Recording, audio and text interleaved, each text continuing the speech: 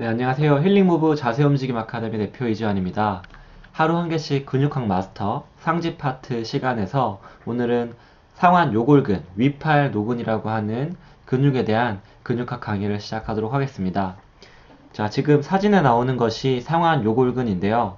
저희 왼쪽에 있는 사진은 상완 요골근만을 단독적으로 이제 보여주고 있고, 오른쪽 사진에서는 이 상완 요골근과 함께 그 뒤쪽에 있는 장단, 요축, 수근, 신근이 나오고 있는 모습이 보입니다.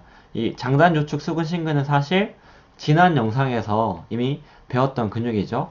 자, 그거랑 상완 요골근은 함께 생각하시는 게 좋은데, 위치 관계를 파악하기 위해서 제가 함께 보여드리는 것이고, 상한 요골근이 요측 수근 신근보다 더 위쪽에 존재한다. 더 요측 쪽에 존재한다는 사실 알고 지나가면 좋을 것 같습니다. 자, 그러면은 해부학적 위치부터 정확하게 설명을 드리도록 하겠습니다. 자, 해부학적 위치로는 기시점, 부착부는 상완골의 외측 상과 능선이라는 곳에 붙습니다. 자, 여기 사진상에서 지금 사진이 좀 측면이다 보니까 외측 상가가 두드러지게 보이지 않을 수가 있는데, 자, 이 부분이 외측 상가고요. 외측 상가 윗부분을 능선이라고 하는데, 이 능선에 붙어 있는 모습을 볼 수가 있습니다.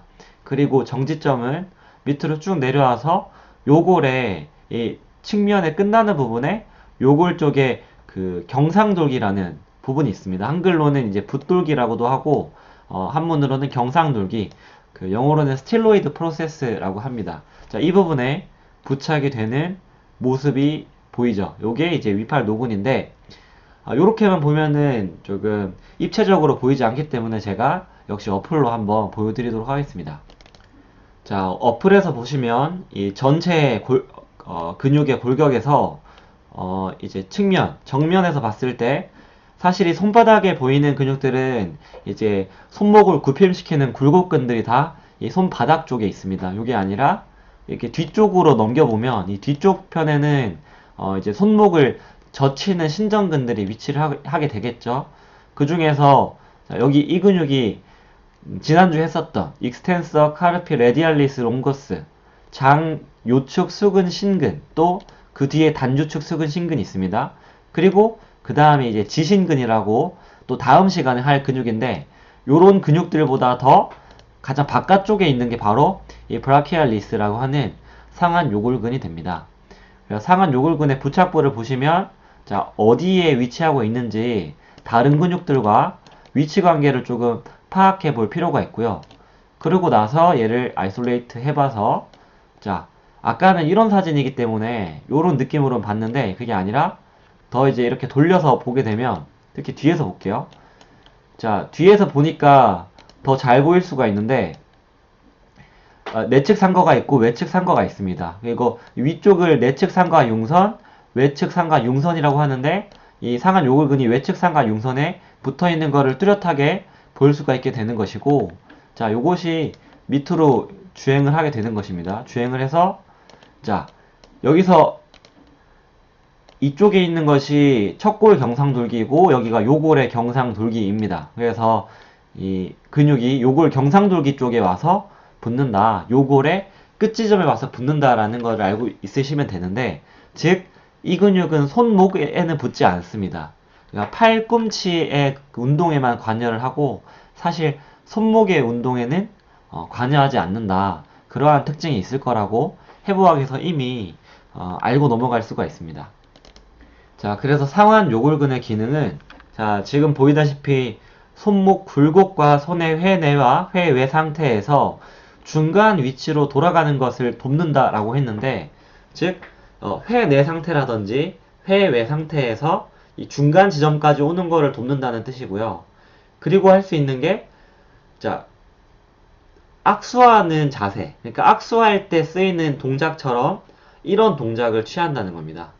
만약에 손목이 회내 상태였으면 이 손목 회내 상태에서는 굽힘 작용할 수가 없고, 회외죠. 회내 상태에서도 굽힘 작용할 수 없습니다. 하지만 손등이 손이 해부학적인 자세여야 할 때, 이런 자세였을 때 이렇게 굽힐 때는 상한 요골근이 팔꿈치를 굴곡하는 작용을 합니다. 즉 우리가 악수할 때 쓰이는 그러한 동작처럼 상한 요골근이 기능을 발현한다라고 보시면 되겠습니다. 자, 협력근으로는 상완 이두근과 상완근이 있겠습니다. 왜냐하면 이 상완 요골근 자체도 팔꿈치를 구부리는 기능을 하기 때문에 팔꿈치 굴곡의 기능에 상완 이두근, 상완근, 특히 우리가 상지에서 배워왔던 근육들이 나오게 됩니다. 그리고 통증 유발점으로 생각을 했을 때는 이 부착부를 공유하는 근육들을 생각을 해봐야 되는데, 상완 요골근이 외측 상과 능선에 붙다 보니까 그쪽에 주로 주행을 하는 근육인 장요축 수근 신근, 단요축 수근 신근, 또 지신근, 회외근, 이러한 근육들이 함께 통증 유발점이 많이 생긴다는 점 알고 계시면 좋겠습니다. 자, 그리고 촉진, 팔페이션 방법은 매우 간단한데, 지금 사진에서 나오지만 대상자의 손을 이렇게 팔꿈치를 굽혀서 악수하는 자세로 만들고요. 반대쪽 손으로는 이 손의 그 굴곡하는 힘에 대해서 저항을 줍니다. 그러면 이 힘에 저항을 하면 이 그 요골 측에서 나오는 근육의 근벨리를 정확하게 만지실 수가 있을 거예요. 그래서 상대방한테, 대상자한테는 손을 악수해보라고 하고 그 악수하는 손을 밑으로 저항을 주면 되겠습니다. 그때 다른 손으로는 이 근육에 나오는 근육의 근벨리를 촉진해보시면 되십니다. 자, 이제 연관통 패턴에 대해서 살펴보겠는데, 먼저 통증의 양상 같은 경우는, 자, 1번에서 주관절과 엄지와 검지 사이 합곡혈, 그러니까 한의학에서 이 부분을 합곡혈이라고 합니다. 이 부분에 이 부분에 집중적으로 통증이 방사하는 그러한 양상을 보입니다. 지금 그림에서는 여기 빨간색으로 표시한 부분, 이 부분에 좀 집중적으로 통증을 방사하고요. 그리고 역시 외측 상과에도 통증을 방사합니다. 그리고 요거를 따라서 이렇게 확산된 통증을 발생시키는 것이 통증의 양상이라고 할 수 있겠고, 자, 증상으로는 외측 상과를 가볍게 두드리기만 해도 나타난다는 겁니다. 이렇게 살짝 외측 상과를 가볍게 두드리기만 해도 아프다. 요게 이제 상완 요골근의 연관통일 수가 있겠고요. 그리고 자, 3번에 장시간 글 쓰는 직옥근, 즉 작가 같은 경우, 아니면 그림을 그리는 사람들 같은 경우에는 펜을 잡고 나서 사실 글씨를 쓰려면은 펜 잡고 손목이 약간의 신전이 될 수밖에 없거든요. 약간의 신전. 그러니까 약간의 신전이 되다 보니까 신전 근육의 단축성 수축이 장시간 일어날 수밖에 없습니다. 자, 그러한 경우에 통증의 증상이 빈번하게 나타난다라고 할 수 있겠습니다. 자, 그래서 어디가 아픈지 정확하게 좀 짚어봐야겠는데, 한 손으로는 손목을 지지하고 반대 손가락으로 근육을 주물러 봐야 됩니다. 그래서 외측 상과 융선보다 더 아래쪽으로 내려온 부분에 이제 사실은 반대쪽 엄지로 이렇게 집어서 눌러서 어디가 아픈지 촉진해 나가셔야 되는데, 대신에 여기 있는 근육과 이 뒤쪽에 있는 그 요축 수근 신근들과는 구분을 해서 상완 요골근을 구분해서 촉진해서 예민한 지점을 찾아내시면 이 통증 유발점을 발견하실 수가 있겠고, 자, 발견한 통증 유발점에 대해서 스트리핑 방법, 그 클리니컬 마사지에서 말하는 근육의 근섬유의 방향대로 스트리핑 방법을 적용을 하시면 되겠습니다. 양 엄지를 포개어서 방향성은 요골의 경상돌기에서부터 외측 삼가 부분으로 미끄러뜨려서 끝까지 부착점까지 미끄러뜨려서 주행하는, 그러면서 이 부분에서 TP가 유발이 된다면 TP를 그냥 지나치지 말고 미끄러뜨리다가도 TP가 발견되는 그 부분에서는 지그시 손을 누르고 기다리면서 자연스럽게 TP가 이완이 되도록 기다리면서 손을 주행을 하면 되겠습니다. 그래서 문제가 되는 근육을 넘어가면서 차근차근 마사지를 하시면 되겠습니다. 자, 스트레칭 방법 상당히 간단한데, 스트레칭의 방식은 자, 이겁니다. 뭐냐,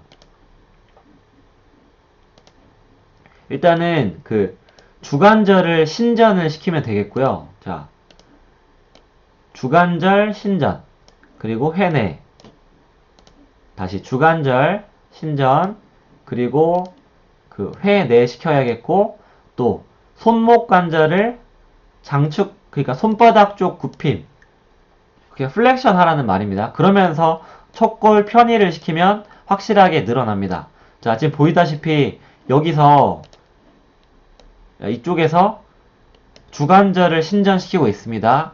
그리고 손목 관절을 굴곡시키고 있습니다.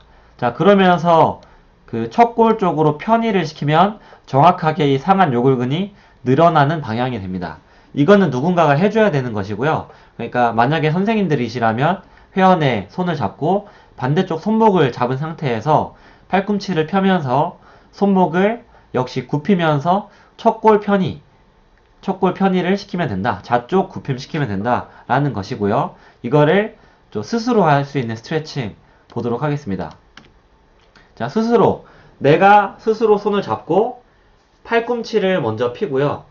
팔꿈치를 먼저 피고 손목을 당긴 상태에서 손목을 척측으로 편의시켜주면 돼요. 만약에 제가 손을 이렇게 하고 있으면 이쪽이 요축 편이고 이쪽이 척측 편입니다. 즉 손목을 굽혀주면서 척측 편의를 살짝 시키면 이 상태가 되면 가장 상한 요골근이 잘 늘어나는 자세예요. 스트레칭은 자, 지그시 한 세트당 30초 정도 반복하시면 되고 세트 수는 한 세트에서 최대 4세트까지 반복을 하시면 되겠습니다.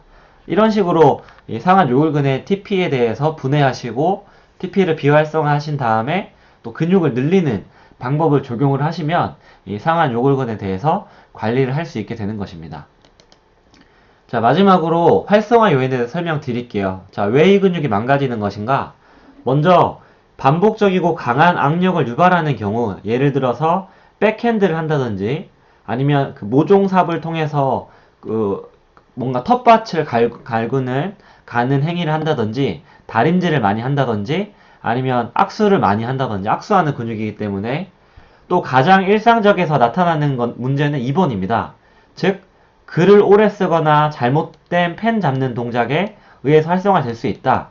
자, 사실 이런 것들은 상한 요골근의 생체 역학적인 것이기도 하지만 잘 다른 근육들이랑 읽어보시면 지난주에 배웠던 요축 수근 신근과도 활성화 요인이 동일하다라고 할 수 있습니다. 즉 활성화 요인은 동일하지만 TP가 생기는 부위가 달라지고 그러면서 통증 양상이 조금은 달라질 수 있지만 사실 그것들을 관리하는 방식은 매우 유사하기 때문에 지금 현재 상지에서 하는 특히 신전근들은 묶어서 같이 공부하시기를 추천을 드리겠습니다. 그래서 지난주에 배웠던 요축 수근 굴근과 또 오늘 배우는 상한 요골근 또 다음 시간에 나올 지신근까지 이런 신전근들은 하나의 그룹으로 묶어서 같이 학습하시면 좋겠습니다.